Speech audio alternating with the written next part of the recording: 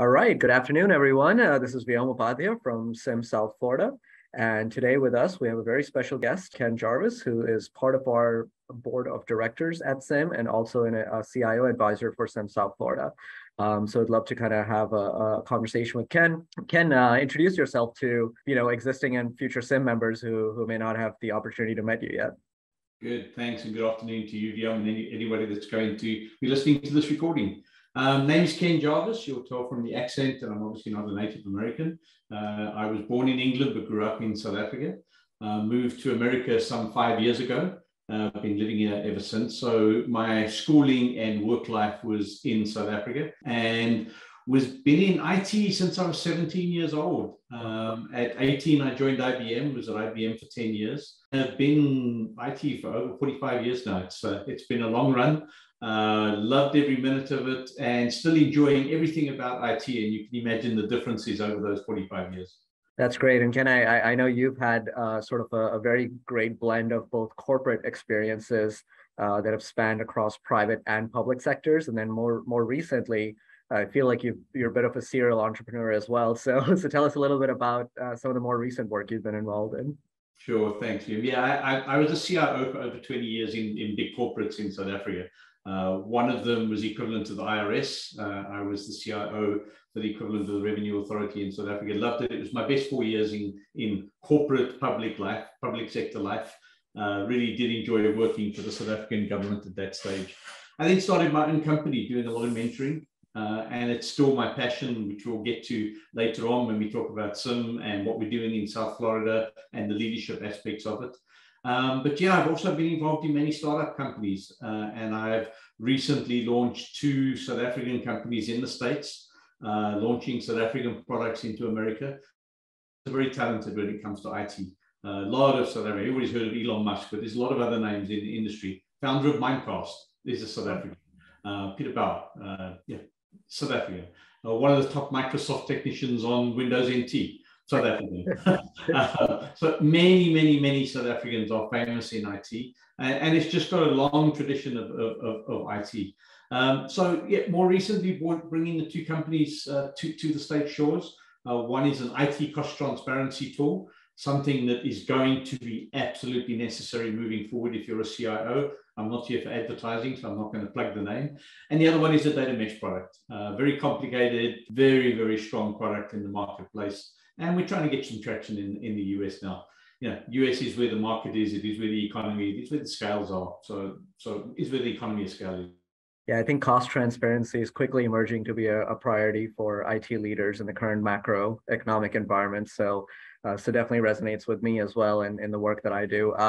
So Ken, you mentioned you've had 45 years of IT experience, and I'd like to talk to you about in terms of your leadership journey as you've experienced various types of companies, private, public, startup, large, and what has resonated with you? What kind of things when you coach and mentor emerging leaders that you tend to hone in on? What have really been your North Stars through this journey? I'm going to talk the way I've mentored and coached in the past. And I think the last 3 to 4 years, the dynamic has changed somewhat. So would like to come back to that. But what I'm going to say now doesn't change.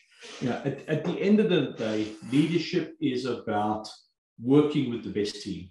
Okay, you're only ever going to be as strong as your team. And I know that many people make that statement. But if you have a weak team underneath you, you're not going to be able to deliver the results that you need. And then it's about creating that vision and strategy through involvement. And I've always, from a very young age, involved my staff, involved even my vendors, okay, in helping me pull the strategy together. If they're going to be partnering with me to deliver the future of the business I'm working for, they need to be involved in putting that together. So I've always created a vision and a strategy through involvement. Something that was quite unheard of in those days. Vision was put together by the leader, and then everybody had to follow it. So it's important that you have the right team. It's important that you create the vision and strategy, and then communicate. And those principles never change. They will remain even in today's world. And then as a leader, it's about keeping the moral integrity high, And many times it's about common sense. Just use common sense. The lack of common sense in today's world is quite scary. And at the same time as you're using that common sense, take a chance. As they say in many times, if you always do what you've always done, you'll always get what you've always got. Take a chance. I was the first in many new technology challenges around the world. In South Africa, we were the first ever SAP rollout on a Microsoft platform on Dell hardware. The days I rolled it out, it was always put on a Unix platform on HP hardware. We put it on a Microsoft platform on Dell hardware, first in the world. Wow. We were the first bank, and I wasn't the CIO at the time, but we were the first ever bank in the world to use Microsoft software on the desktop of the teller. Everybody used IBM technology. We went Microsoft on the front end of the teller. It's only when you do those radical, thought-provoking strategies that you're going to make a difference to the company that you work for. So be brave, and don't be scared to make a mistake.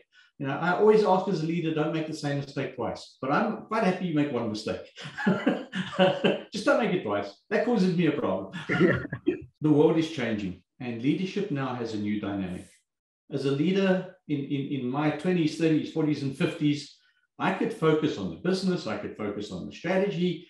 Yes, I needed to focus on the people. Yes, I needed to make sure that they were happy and that they were compensated correctly and they were having career paths and the training. If you can keep a job exciting and rewarding, people will stay with you. The retention is to me, an easy problem. It's not a difficult problem. But today's world is different. The challenges are different, okay? And there's no ways I am an expert in today's world, which brings me to my next North Star. Seek help, seek guidance, okay? I've never known everything. I still don't know everything. My wife may disagree with that statement, but I promise you, I do not know everything. You need to seek help, which is why the importance of a network is so important. When I don't know something, who can I call on to help? Who can I call on for advice and guidance? Issues such as diversity, and I'm from South Africa, I understand diversity, but it's a different kind of diversity. The pronoun issues coming up, the equality issues coming up. These are tough for leadership. I turn around and I say, if I was approached as a leader by people wanting to have same-sex toilets, I can't just laugh that request off. I need to understand what the request is. Where's it coming from? What do I do about it? How do I get the right answer? How do I get involvement? I can't do that. I need to ask for help to do that. So the challenges of leadership in today's world are even more important, that you ask for guidance, you ask for people to assist you coming to that decision. Because if you get it wrong, you can't make that mistake twice, okay? You make that wrong, you could be out of a job very quickly. So the principle of leadership when I was growing up, strong team, strong vision strategy, involvement, look after your staff, don't be scared to take challenges.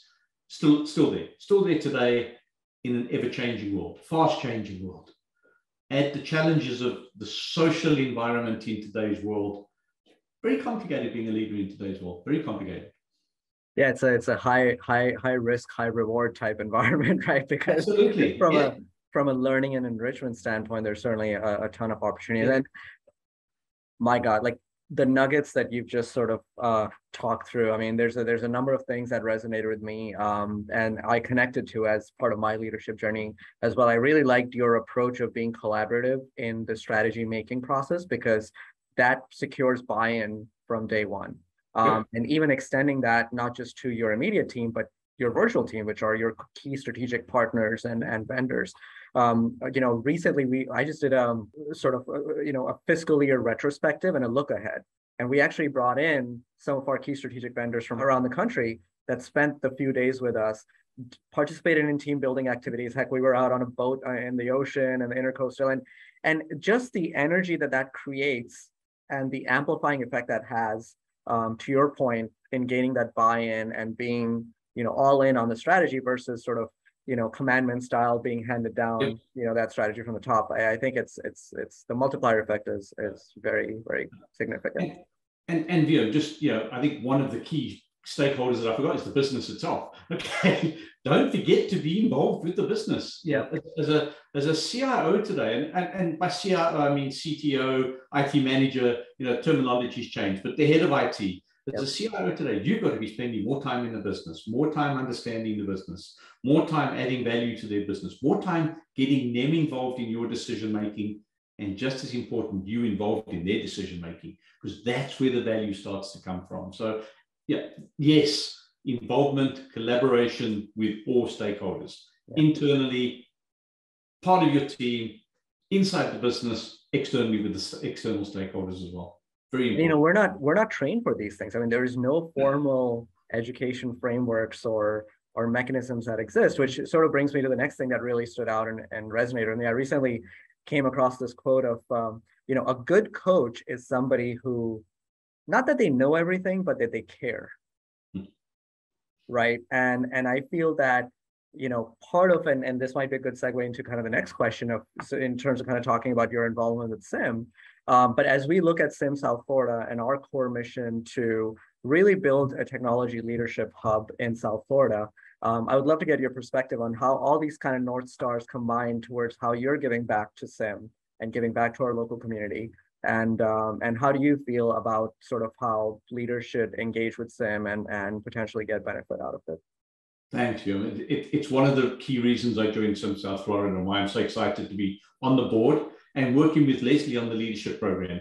So I'm part of the Executive Leadership Development Program, working with Leslie on that. We're running our first leadership course on July the 23rd. And it's about the importance of networking, mentoring, and sponsors. Okay, why is that important in today's life? And let's go back over the past few minutes. The ability to ask people questions, the ability to refer, the ability to say, I'm not quite sure. Even on a technology issue, I want to use XYZ technology. I know over there they're using it. Let me phone them and ask them, what it's like working with company ABC. Even if it's cloud, you don't engage with cloud providers as much as you do with a normal vendor. Okay, how do you start to find out what's happening in the cloud world and what type of technologies are working in the cloud? IT cost transparency, it's mostly cloud-driven technology. How do you try and work out what's the best solution? That's where your network's so powerful. It's absolutely critical.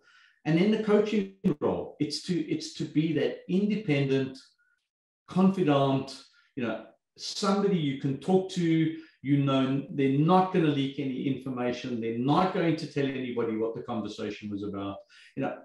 I've asked stupid questions of the people that I've been coached for. Stupid question. They go, that's okay that you ask. Rather ask me than go and ask your boss or ask your son or ask, worse than that, the CEO of the business. It's that confidential, can I ask you a question? Can I ask for guidance? And during the 2-hour session I'm running on the 23rd, I'm going to be going over some of the common questions I'm asked. How do I handle all my emails in a day? Yeah. How do I know what's important and what's priority? Okay. How do you ask your boss that? Okay. How do you go to your boss and say, I need to know what's important and what's priority? Okay. You're supposed to figure that out yourself, right? It's not that simple. Hey, coach, can you help me figure that problem out? Hey, coach, I'm faced with a tough situation. Coach, I'm trying to handle, sexism, racism in the workplace. Okay, I don't know who to turn to. My HR people showed me the book. This is not as simple as just looking at the book. It's complex. How do I handle that? And then the coach the coach may not have all the answers, but the coach can ask the questions and guide you in the right direction to come up with a solution that will hopefully work for all parties. And it's working through the problem, through questioning, guidance, calling back on my past. Hey, I remember a situation like that. Okay, not exactly the same, but this is what we did. Now, let's put that together with your situation. What can we learn from what happened to me and what's happening to you? And let's see if we can combine and come up with the right solution. That's what you do with a coach. You can't do that with anybody else. And hey, my wife's my coach. My dad was my coach. And then I had 2 business people who were my coaches. You may not have one coach. Now, there's a coach for a different situation, but having a coach is very, very critical in one's life. Otherwise, who do I go to? Yeah, no, absolutely. And I think there's something to be said about the sort of the networking aspect of it as well, and the cohort that you're involved in, because to your point, that collective wisdom might just inject just the right amount of bravery in you to take that next risk, right? Yeah. Because you've heard the other stories, you have the thought leadership, you have that trusted network that you can lean back on should you be concerned or afraid or potentially leading into a mistake. So definitely I think that's one of the cornerstones of our emerging leader development program, and obviously we highly encourage every sim member to look into that, because you get great coaches like Ken. So Ken, I really appreciate your time here today. The last question I had for you, we touched upon some of these topics, but as somebody who's a leader in the technology industry, obviously you're in business development phases right now too. You're talking to other technology leaders. What are some of the top one or two things that are kind of on people's minds, right? What are especially in current dynamic environment, what are keeping CIOs and CTOs and all these other tech leaders up at night? There's a number, but I'm going to focus on one, VM. I think the one key, when I'm talking to CIOs, when I'm talking to CTOs, IT managers, when I'm talking to CISOs, it's what is my role? What am I now accountable for in today's world? With today's world, I'm not necessarily accountable for the whole of IT anymore. What is my accountability? Where do my boundaries stop? What should I be focusing on versus what should I actually not worry about? Yeah. So I think at top of mind of any CIO's role at the moment is, what am I accountable for? What do I need to let go of, but be aware of? Okay. Cost control, we spoke about it earlier. If the CEO says, what's the cost of my IT? Who's going to give him that answer? Yeah. When you've got all these IT shops, the virtual IT shops all over the place. So it's very complex at the moment. Most CISOs now are not reporting into the CIO anymore. So is the CIO now responsible for cybersecurity or not? Okay. If he's not responsible for cyber, there's another part of security that's not cyber related. So I think top of mind at the moment in many CIOs' minds is, what is my role in today's world? And it's complicated, but I think once again, it can be worked through, and by the way, every company is going to be different. But I think through networking, through coaching, through common sense, I think you can get to understand what your role is, and then through that collaboration, make a real good job of it. Certainly a thought-provoking question, and probably could be a whole series on its own. So really appreciate that, Ken.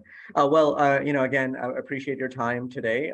Thank you for kind of sharing your journey as a leader. Thank you for your time to SIM South Florida and being an advisor with our ELD team. And for those of you who are registered for the July session, I'm sure you're excited about the session with Ken. And for those that aren't part of our ELD program, maybe this creates an opportunity for you to bring those connections to life and connect with leaders like Ken as part of SIM South Florida. So thank you again, and I hope you have a good week ahead, Ken. Thank you. Thank you. Thanks very much. Appreciate the talk. Thank you.